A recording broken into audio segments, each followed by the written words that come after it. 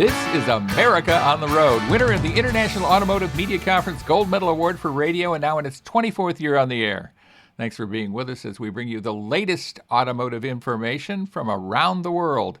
Today we're going to identify the safest cars in America for you. It'll be interesting. I think you'll like that. America on the Road is brought to you by Mercury Insurance and DrivingToday.com. If you're looking to save some money, you should switch to Mercury for your auto and home insurance.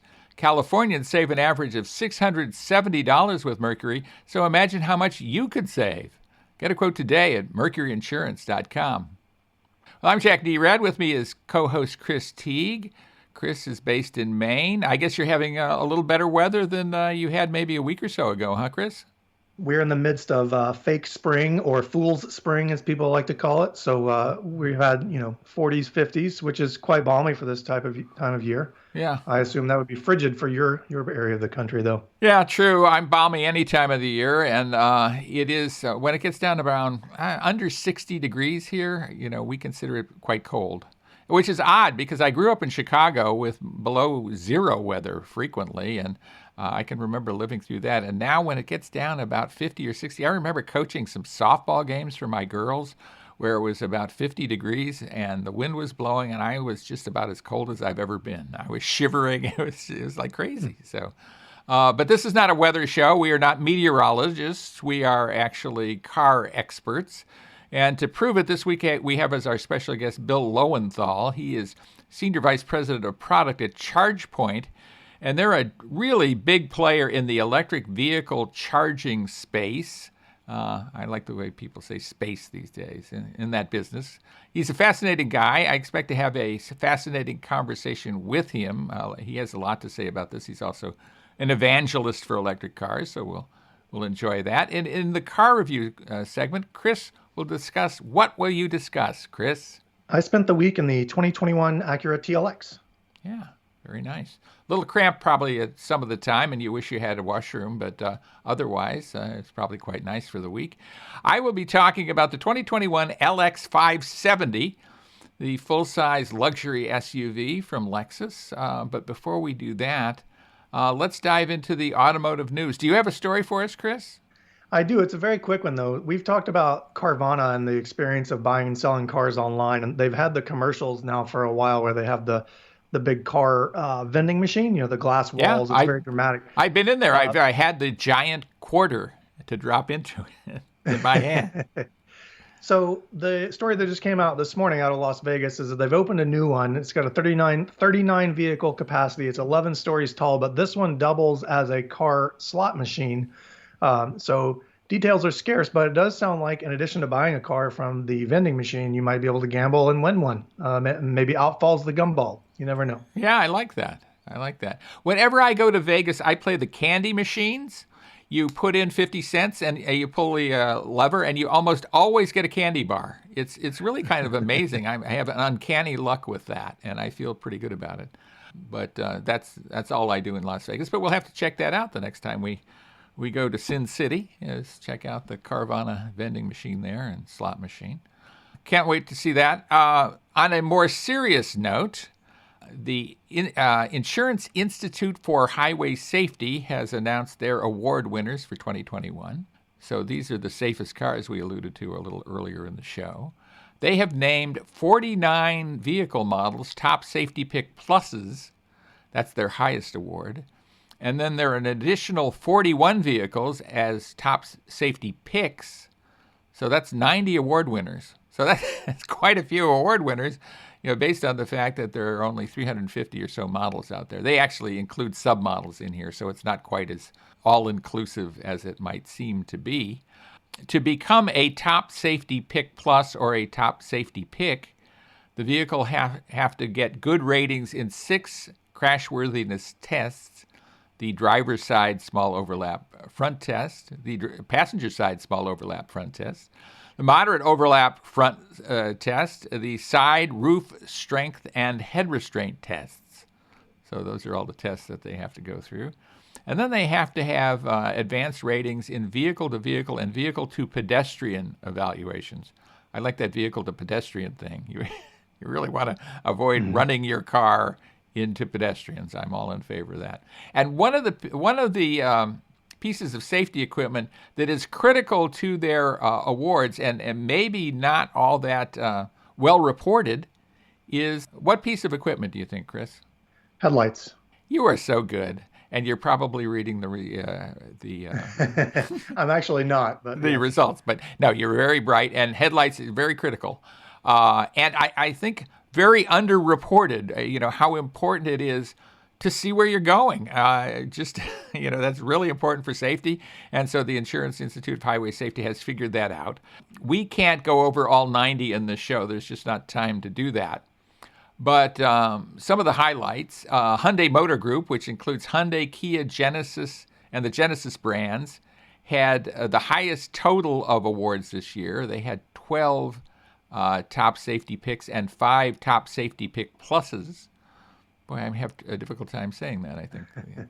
And Volvo, as maybe you might guess, had the most top safety pick pluses. They had 9 for 2021. And here's another question for you. What do you think was the segment of the industry that had the highest number of top safety pick plus winners?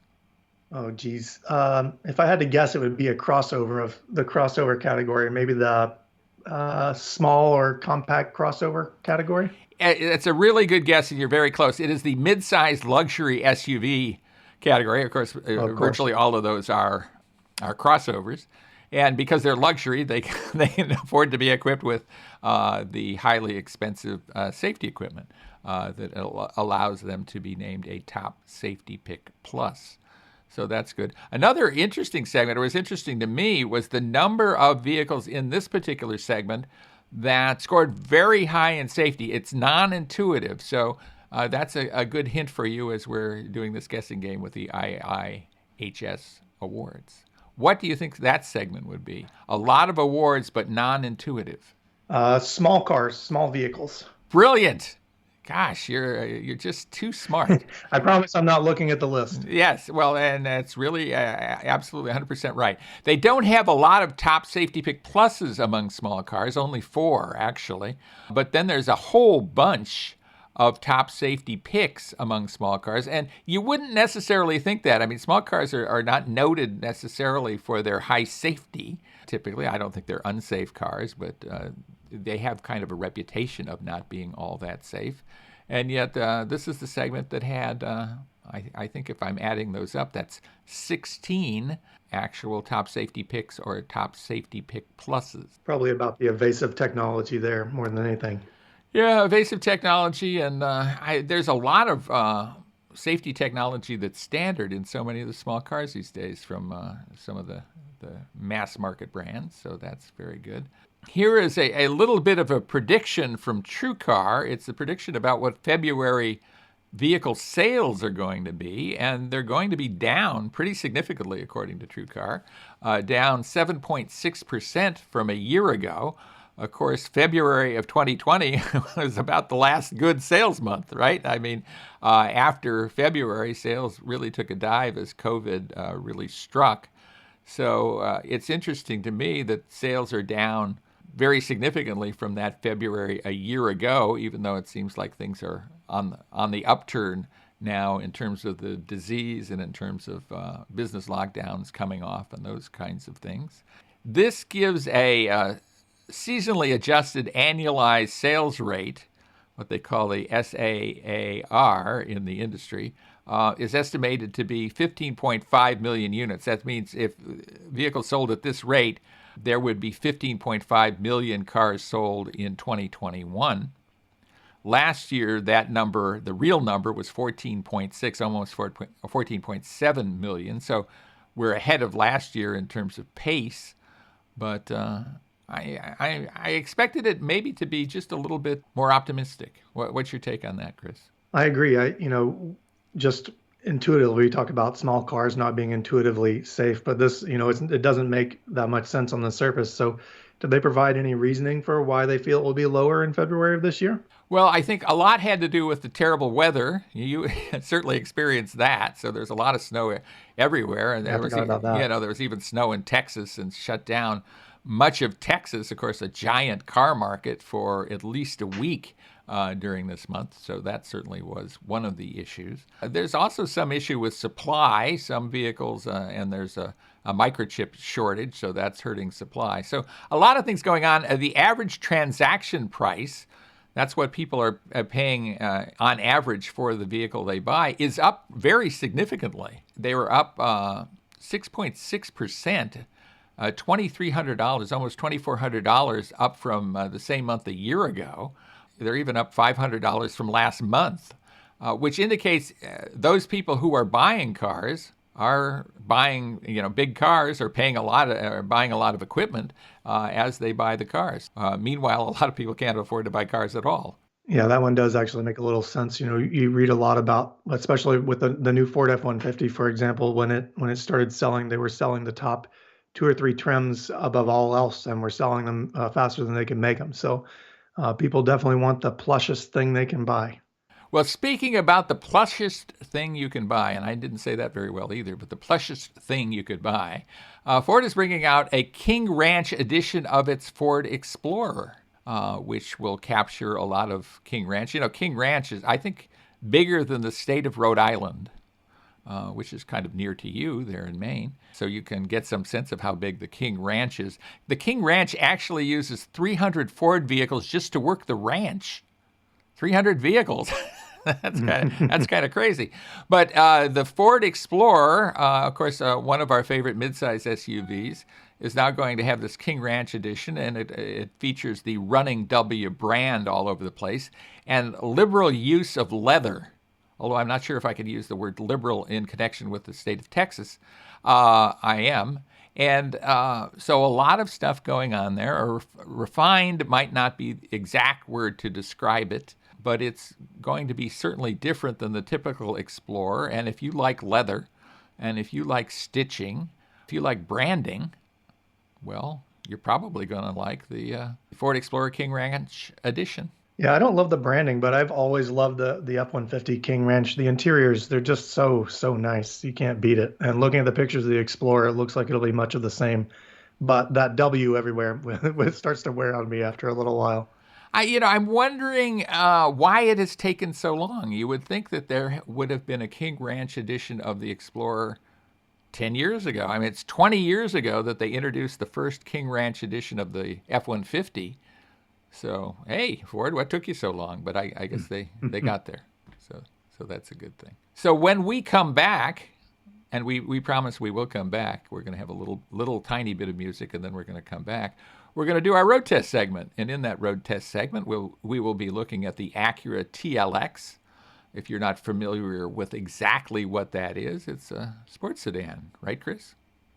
Yeah, well, it attempts to be, yes. Okay, well, a little preview of the review.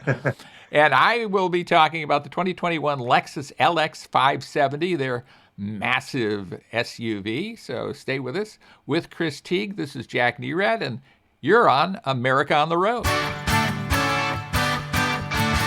Welcome back, everybody, to America on the Road with Chris Teague. Jack Nerad with you for road test time on America on the Road. We're, of course, excited to road test vehicles. That's what we do for a living. That's one of our loves, certainly. I have loved doing it for several decades now. And Chris, though more recently to it, I think loves it as much as I do. And Chris, you had a vehicle that I'm not certain you fell in love with. Tell us a bit about the Acura TLX. Well, I think I'm going to say this that strongly, I guess. Everyone, and including Acura and a lot of reviewers themselves, consider the TLX a sports sedan, and I agree. It's aggressive looking. It handles well. It's comfortable. It's fun to drive, but it's not. I think that I would prefer it much more to err on the luxury side. I think the car has so much going for it. I think the sporting intentions of the car kind of get in the way, but we'll get to that a little bit later on. So. This is the 2021 Acura TLX. This is the advanced, I guess you could call it a package or trim. This is right now the range topping model that's available. There'll be a Type S model a little bit later on with a V6 and a lot more power, and that one probably will be a full-fledged sports sedan. But The car is quite large, at least on the outside. You look at it, it looks big and heavy, and in driving it, you can definitely feel that too. The model that's on sale right now, including the one I tested, has a turbocharged 2-liter 4-cylinder engine that's 272 horsepower and 280 pound-feet of torque. My car had the super handling all-wheel drive system, which is very nice. It's able to move power between the wheels, especially right now with all the snow melting. There's a lot of water on the road. This also had a 10-speed automatic transmission, very smooth, stayed out of the way. But again, going back to that line between sports and comfort, I think the transmission lets down the engine a little bit. It doesn't hang on to gears. It's not very quick with paddle shifts. So for my money, I would buy this car expecting a luxury sedan, even though it does 0 to 60 in around 6 seconds. And despite the fact that it runs 0 to 60 in around 6 seconds, it's still just so much more car than it should be to be a true sports sedan. I think it's a lot more comfortable and should be treated that way. What do you think, Jack? It's interesting. I was talking to one of the development engineers, one of the chief guys, and I think we actually used the interview and have the interview on a previous edition of America on the Road about the vehicle. And one of the things they're doing with the vehicle at Acura is they're kind of splitting two segments. If you were comparing it to, say, the BMW, it would be a competitor for both the 3 Series and the 5 Series. So it's, a lot bigger than a compact luxury sports sedan would be. And I think that's part of the thing you're feeling there. In the absence of driving them back to back, I don't know that I felt it was that much bulkier or harder to maneuver than, say, a smaller sports sedan would be. But, I see your point. Yeah, I don't want to give the impression that I don't think it can be fun to drive, because it absolutely can. I think that believing it or buying it, wanting a sports sedan, is maybe the wrong approach. I think it has those elements and it does those things well. Handles well, brakes well, steering is comfortable, and decent feedback there. But I think that, if you buy it thinking I want a mid-size luxury sedan, you're going to be a lot happier, because it is extremely nice. The advanced package had real leather interior, heated and ventilated front seats, heated steering wheel. I think it's a 10.2-inch screen. I'll have to correct myself if I'm wrong later. Yes, 10.2-inch screen, Apple CarPlay, Android Auto. This car had the ELS audio system that Acura does. It was excellent. And the car does very well in wet weather and slippery weather. The back seats are comfortable for adults. It's a little lacking on legroom, as you mentioned before, but even the kids in their car seats, we reinstalled the full-size car seat for my 4-year-old after trying a booster. She's a little too small for that one, but even the full-size car seat, she had some legroom with the front seat moved up a little bit. And the trunk was decently sized too. I would say, 3 or 4 decently sized suitcases would fit back there. So, for a family taking a road trip, it's probably going to be good. Adults riding in the back seat, if you're 6 feet like I am, Jack, as you love to hear, you might have some trouble back there. But otherwise, I think it's a great looking car. It's extremely comfortable, as I said, handles well, but I don't think I would consider it a sports sedan, or if I were shopping for a dedicated sports sedan, that probably wouldn't be the car. If I were looking for a luxury sedan with sporting elements, that would be my pick. Yeah, I think you sum it up very, very well, because I think that's what they deliver there. And I think Acura is pretty plain about doing that. They understand what they have and what they don't have. And I think you, as I say, summed it up well. So an interesting vehicle, the Acura TLX, and we'll see how that fares in what is a very, very competitive marketplace, that's for certain. Well, I was driving a vehicle that's also in a very, very competitive marketplace, and we're talking about full-size luxury SUVs, although I guess there are not as many full-size luxury SUVs as there are mid-size luxury SUVs or compact luxury SUVs. For some of the imports, big gets kind of out of their ballpark. It's not in their sweet spot, but for Lexus, the Lexus LX570 is big. I would say, though, it's not as big and thus not as roomy inside, not as comfortable inside as, say, a GMC Yukon would be, or a Chevy Suburban would be, or a Cadillac Escalade for that matter, all of which are somewhat competitive to the LX. It does have a very stylish exterior. It gets your attention anyway. Certainly the Lexus grille gets a lot of people's attention. It also has an engine that can get your attention. It is a 5.7-liter V8. It produces 383 horsepower, a ton of torque, 403 pound-feet of torque. So that's a lot. 8-speed automatic transmission. And it uses a full-time four-wheel drive system, which we might call an all-wheel drive system rather than a four-wheel drive system.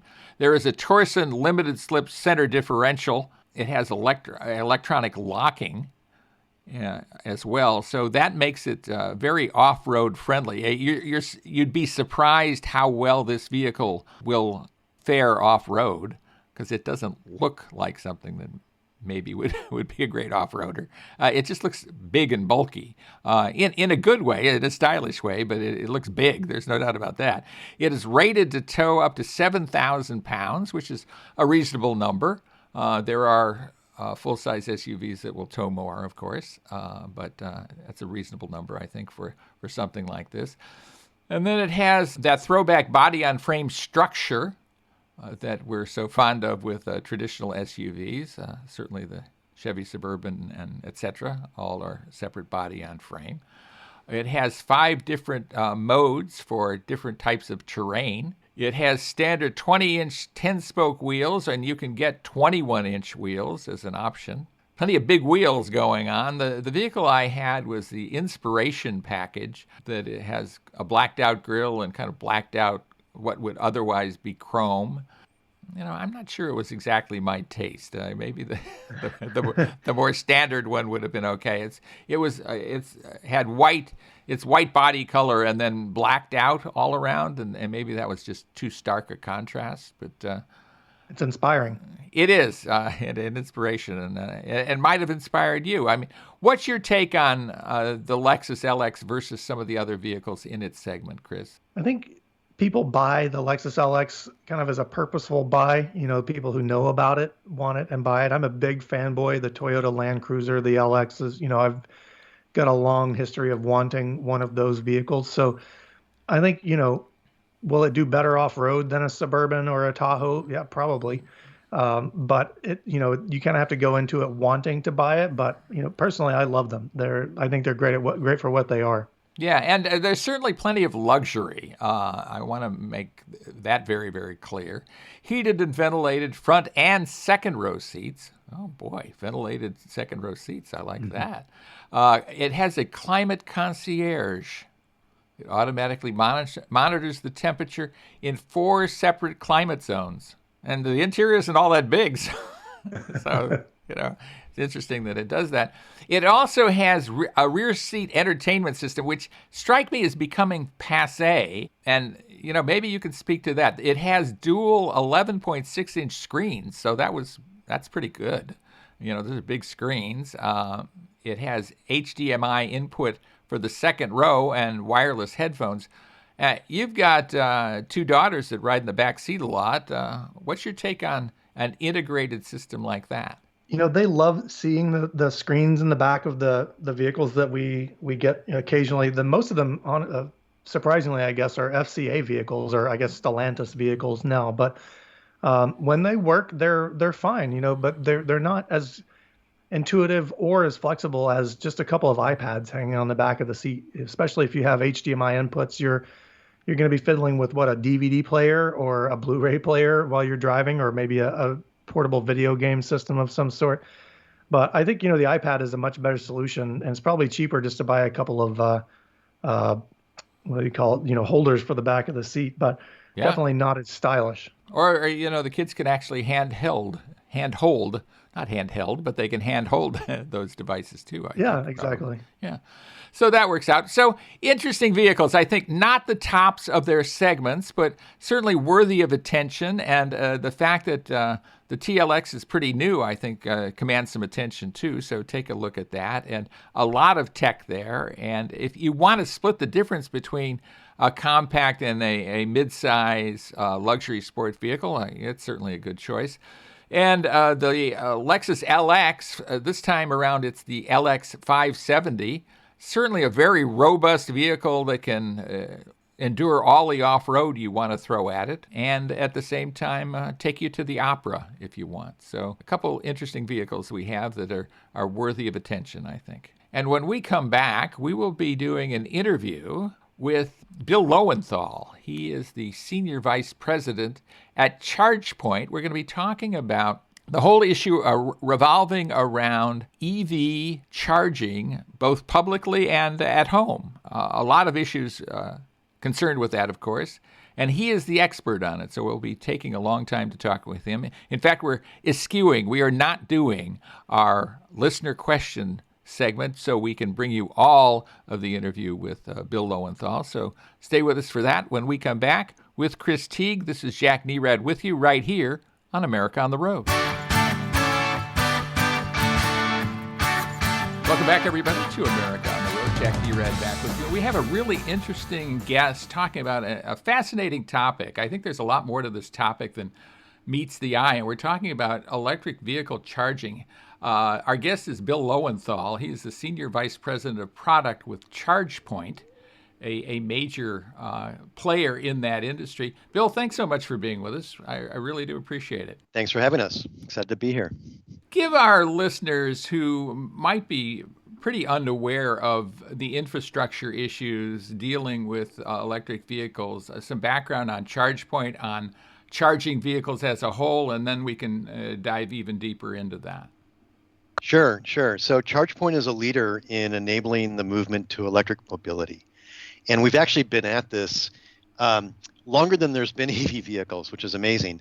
And what we do is we provide the solution to various site hosts to provide electric mobility charging to their constituents, and at the same time have a free mobile application for drivers so that as being a member of the Chargepoint network, their credentials are then in their mobile phone or through an RFID key can access these chargers. You might see them at retail environments, many workplaces, many multifamily properties, parking operators, stadiums, airports.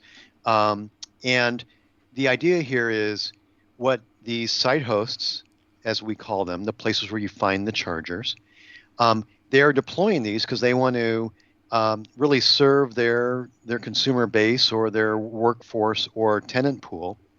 And what Chargepoint's providing is oftentimes you'll notice us by our orange stations, but we have a complete solution from the station to the kind of the platform that site host is using to determine which pricing is set for which driver groups on those particular stations. And it publishes those stations into our maps available to drivers through the mobile application. We're also integrated into Apple CarPlay, so if your vehicle's equipped with that in your EV, you can use that, as well as you'll see Android Auto coming from us as well. And a number of auto manufacturers have built Chargepoint directly into the dashboard. So that combination of me as a driver, I have my Chargepoint credentials, I can find the chargers, where I'm going and charge, and then it's all kind of settled through the Chargepoint network in terms of payment. If those stations require payment, many of them do not, and that's the backbone of what we do. So it strikes me that you're doing a very complex set of tasks to make something simple for the consumer. And that is charging their vehicle, right? I mean, in the simplest terms, they think of it as, I'm just going to go plug in my vehicle, right? Or that's how people think about it. But to make that happen takes a lot more than finding an electrical plug and sticking a cord in and a socket into or a cord into a socket, right? Yeah, precisely. And we really want to make it simple. And I think one of the, the listeners of your show, we love vehicles. We love cars, right? We love driving. And one of the things that's so liberating about driving an electric vehicle is the convenience of I'm leaving, like I charge at home and I charge at work. So what's interesting is I'm charging where the car is parked. And this is a big myth that people don't understand. They think that I'm going to go, just like in a gas station environment, I'm going to drive to fuel. You really don't do that predominantly. What you predominantly do is you charge where it's parked. And so what's so liberating is I get in my vehicle in the morning or at end of day at work, and I'm leaving with a full battery, and I'm only really replacing the energy used in between my destinations. I'm not driving it to zero and topping it all the way up. So that's kind of a typical. It's very much like my cell phone. So it makes it very seamless. And to your point, Jack, what's kind of cool that what we've orchestrated is I can take my mobile phone or my Apple Watch and tap it to the front of Chargepoint station, and that's what authenticates. They know it's me. Unlocks the connector, so I can just plug it in my car, and off I go. And so it's a very simple, fast interaction, and it's super convenient. So people will say, well, how long does it take to charge your car? Well, 10 seconds, because that's what it took to plug it in. Then I'm off to work, and I come back, I unplug it, and I drive off, and I don't have to make stops along the way.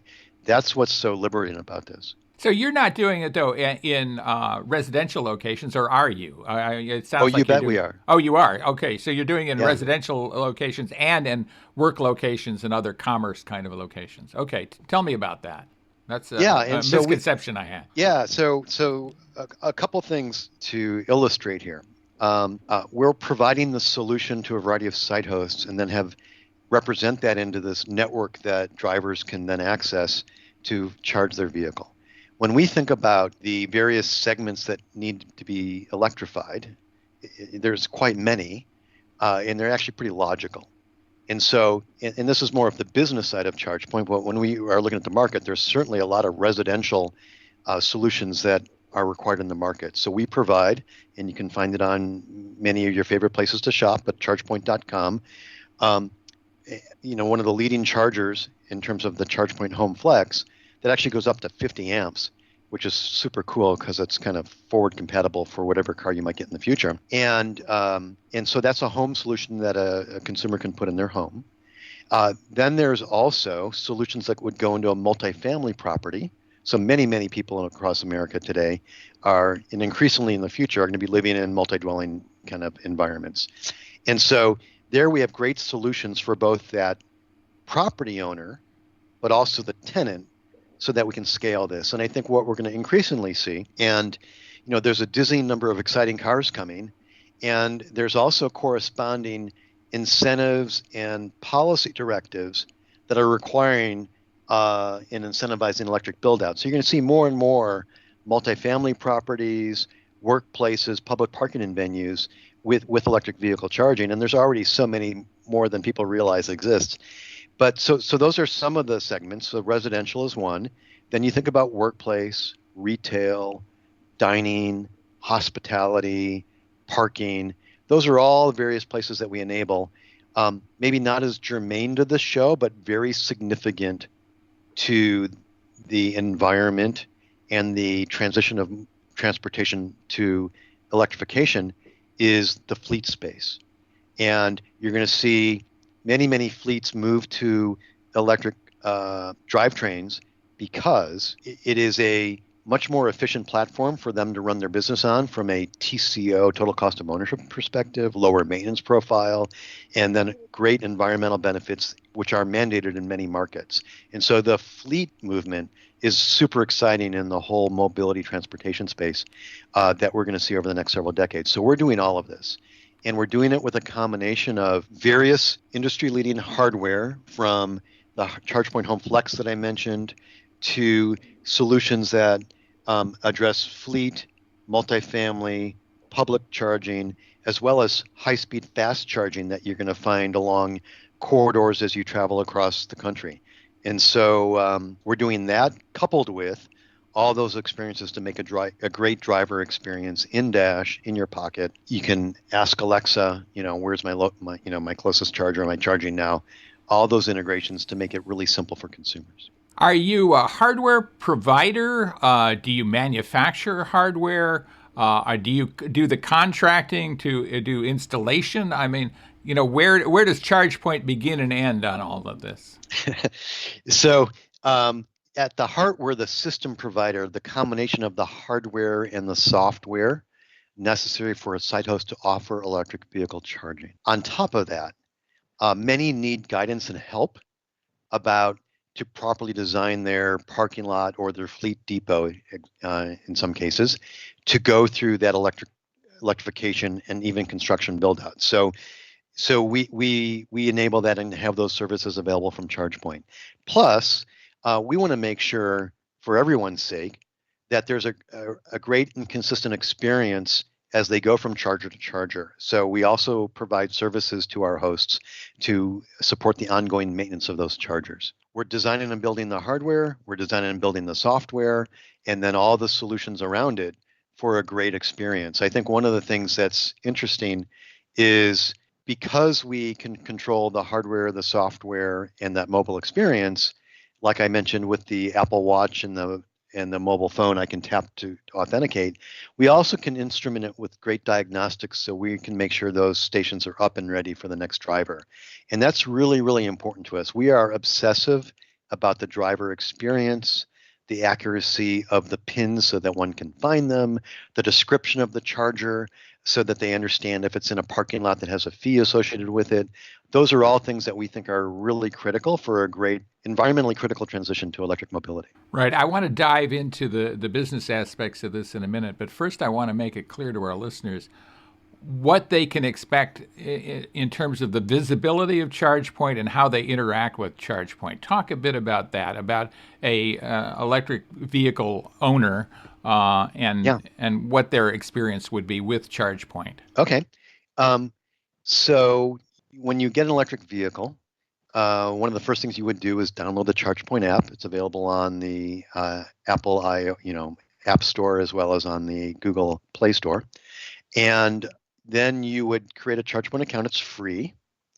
And then what you'll see is a list of stations around your immediate vicinity. And you would input the profile of your vehicle. And you would do that because different vehicles have different connectors. And therefore, we can show you the relevant stations with the appropriate connectors based on your availability in your vehicle and your proximity. And then you could put a funding source in, like a credit card, and then as you go approach a station, you would tap to charge your phone, or you could authenticate in a variety of ways you would then plug in the car, and we would alert you through the mobile app when your session is done. And if that particular site host has any kind of what we call idle fees, because since your session is done, they want to make sure you would then vacate that space to allow another driver to charge so that there's good availability. And I think the other thing that will be surprising to folks when they look at the app, and they don't have to have an EV to download the app and take a look, and you can go to our website, chargepoint.com, to see this as well. But there's hundreds of thousands of places to charge. And they're in places that they're there and you don't really realize it. They're in your favorite parking garages. They're in your libraries. They're in your city parking lots. They're at your work. They're all around you, but it's a different interaction model than that of a gas station. So it's not like you're driving by them every day and they're standing out as this dedicated, purposeful thing.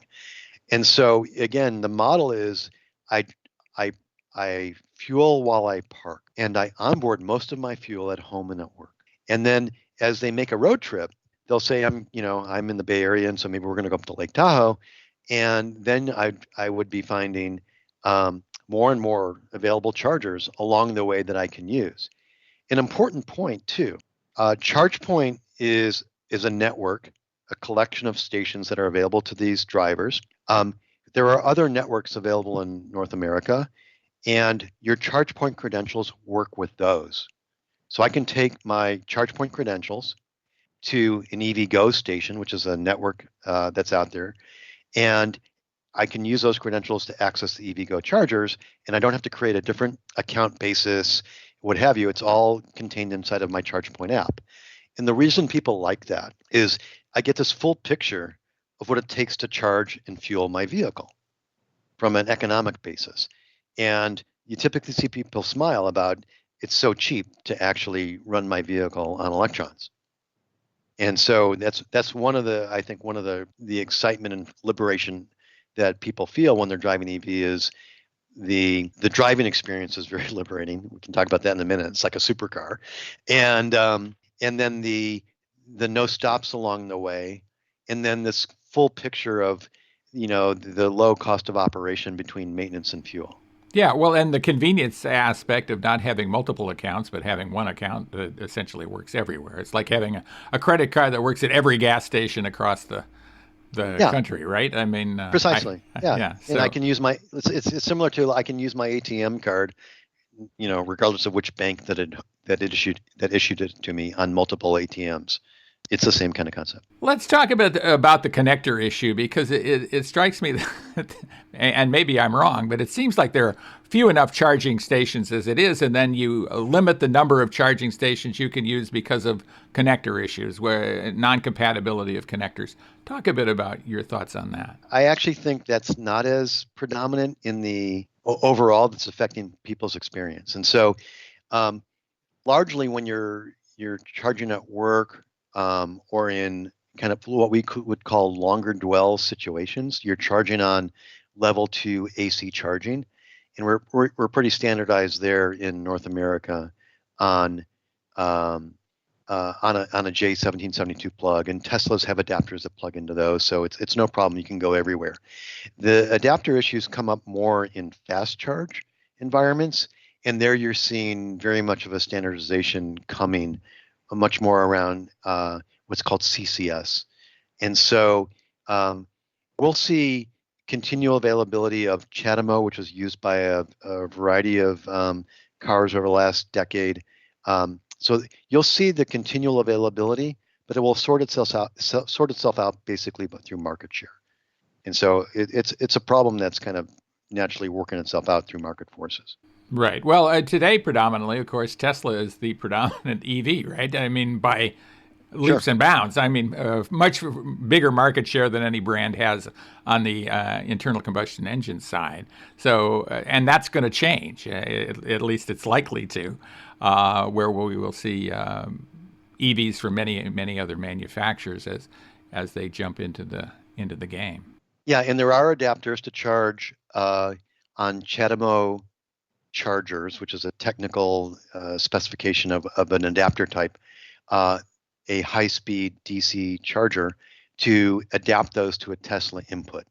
So that exists today, and then I think we'll see more kind of enablement of that kind of solution, so whatever DC chargers out there can support the Tesla environment. But you're right, there is an exciting amount of cars coming, and I think what's exciting also is, they're coming in all shapes and sizes that address the different needs that drivers have across the country. And so there's exciting pickup trucks and SUVs and sports-oriented vehicles and what have you. And so it's amazing. It's going to be really exciting, and I think you're going to see a lot of dramatic adoption around the world. There's a lot going on in Europe in terms of EV adoption. And I think we'll see a lot here as these cars are released. Right. Do you feel like you're kind of, and you and your company are evangelists for EVs, spreading the good word about them in addition to serving that customer? We are obsessive about this transition because we think it's right for society. We think if you're a driver, it's a great experience. And so, yes, I definitely think we're evangelists. There's no downsides here. It's good for everyone. It is a transformative experience once you have it. It's different than people expect. And I think that's what's so helpful about a show like yours, is to really get the word out about, if you love to drive and you love cars, and I've grown up that way, try out go test drive an EV. It's a really fun experience. Yeah, they really are terrific. I've just been driving a Mustang Mach-E for the last week or so. And as you say, it's somewhat transformative. You get a different take on things. What about technology going forward? I mean, I think a lot of people are, or maybe, you tell me, I would be concerned about installing something at some expense and then finding that what I installed was not technically up to snuff within 2 or 3 years. I mean, what's your take on quick obsolescence of charging? So we have chargers that have been out there for 7 years, a decade, or something like that. So they have a long life value. There's not a lot of change happening in terms of the interaction with the vehicle, so there is flexibility there. This is why we've designed for example, the Chargepoint Home Flex the way that we have. You may live in a home today that has panel capacity to support 32 amps or 16 amps, and these are all different things that affect the rate of how fast we can charge your vehicle. Or your vehicle may have a constraint of how fast it can inject or intake the power, if you will.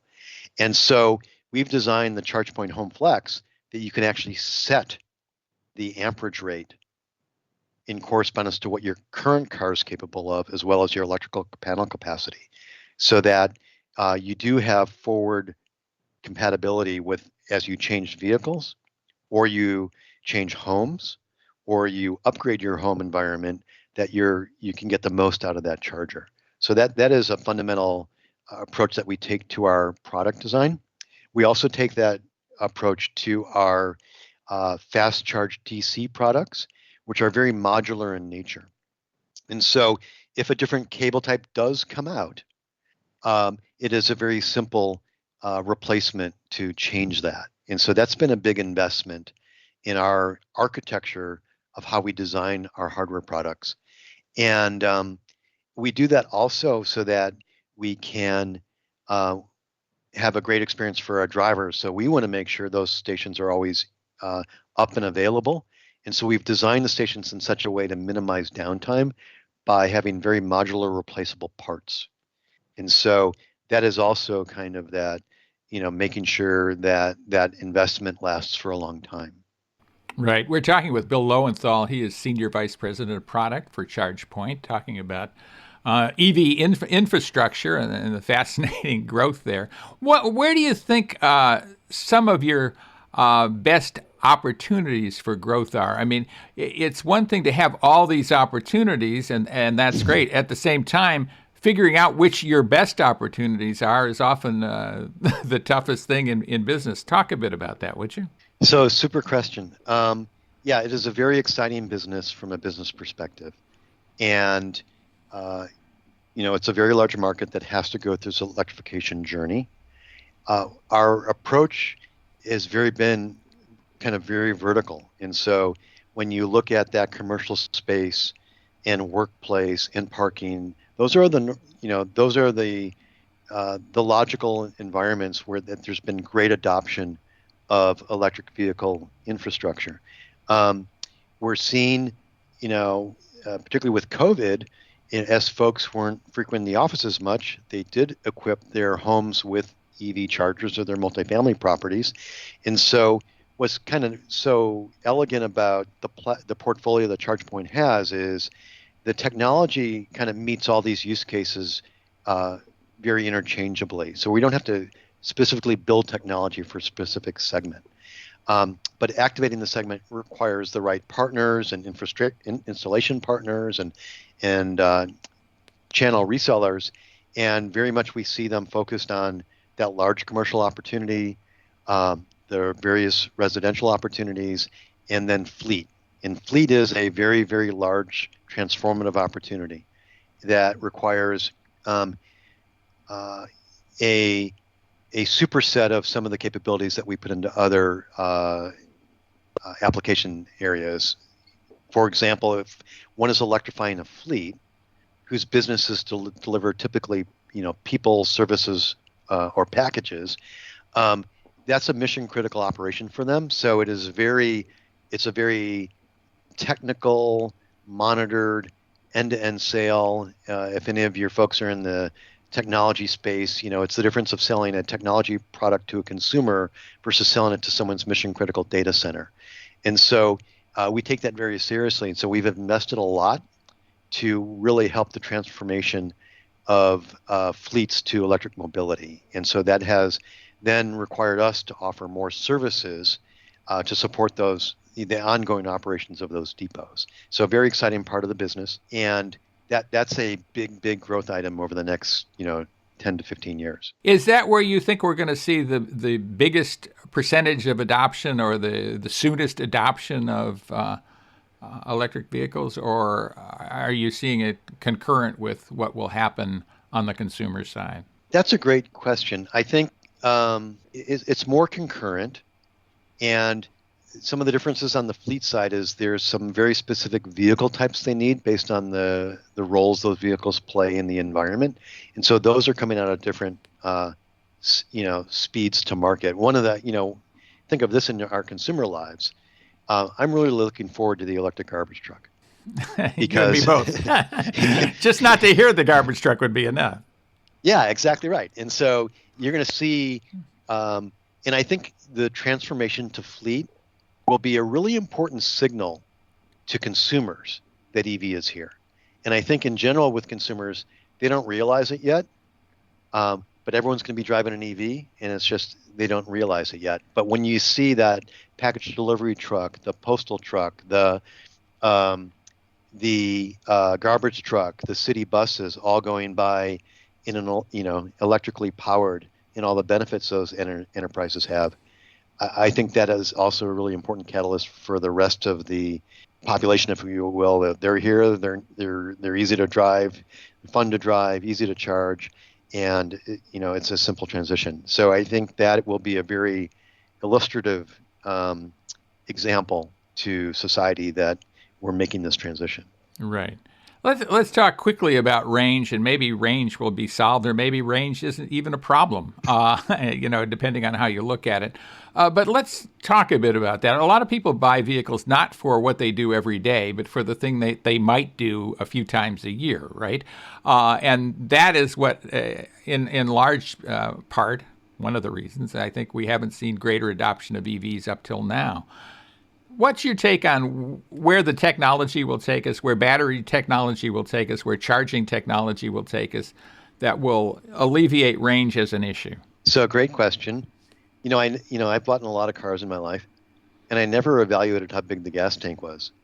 Well, then that's because you have unlimited range when you have a gasoline car, right? I mean, you can get gas anywhere, and off you go in 5 minutes. And I think that's something you cannot do yet in EVs, and it's a stumbling block for some. So yeah, you can do it more than people realize. And so in your day-to-day life, you're really onboarding fuel at home and at work and around town, and you're really just replacing the fuel you consumed in between stops.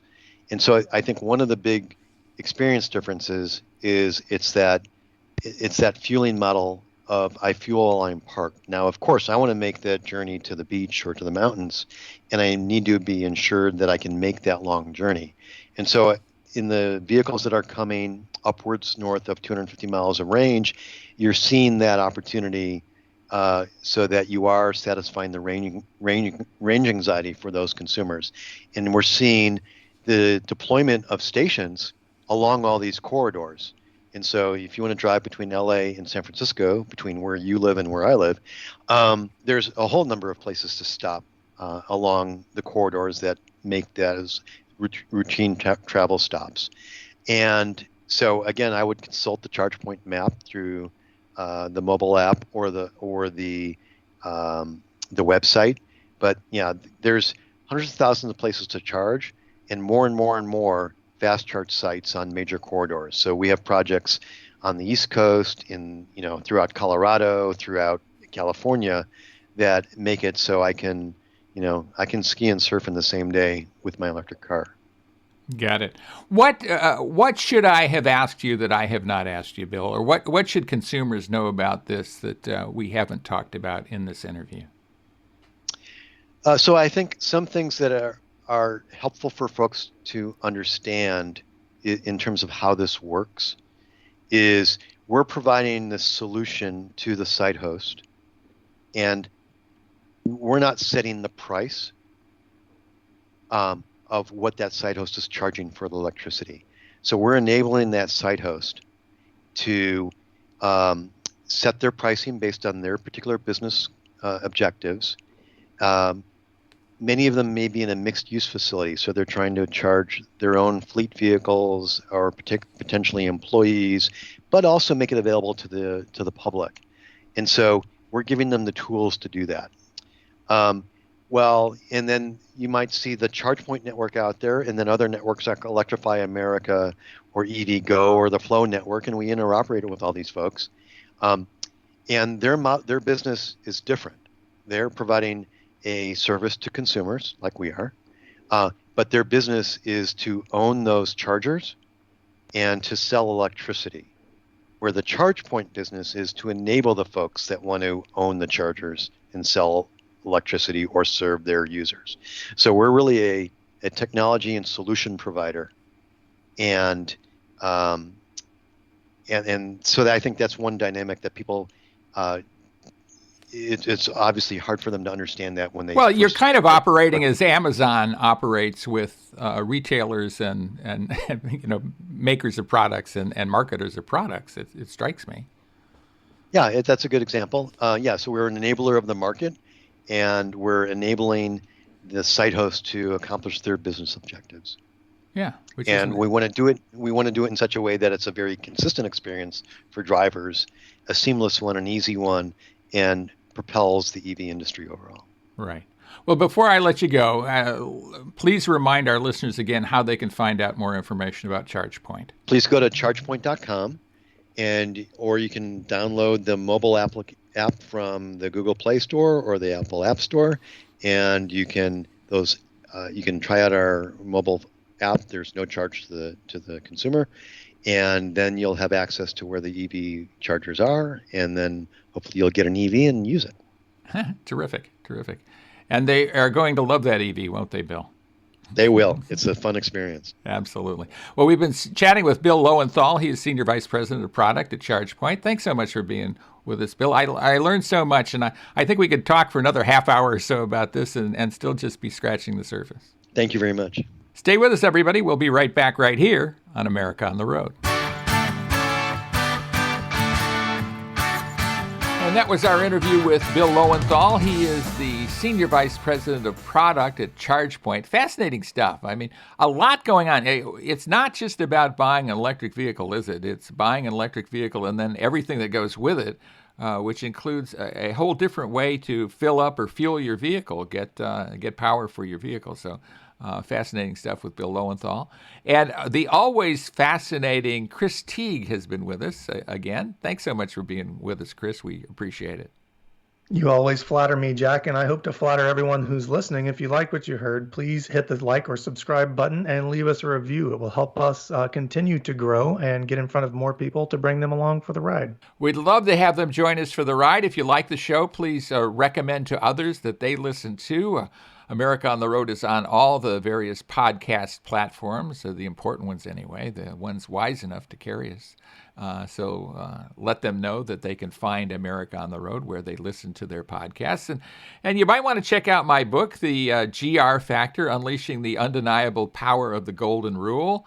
That's the way we kind of live our lives here on America on the Road. And I'd love to have you sample that book. It might help you, and that's the reason we do what we do here on America on the Road. So we do thank you for being with us right here on America on the Road. We thank our sponsor, Mercury Insurance, for providing that sponsorship and helping us come to you. And we hope you join us again. Chris Teague and I will be back with you again right here next week for another edition of America on the Road.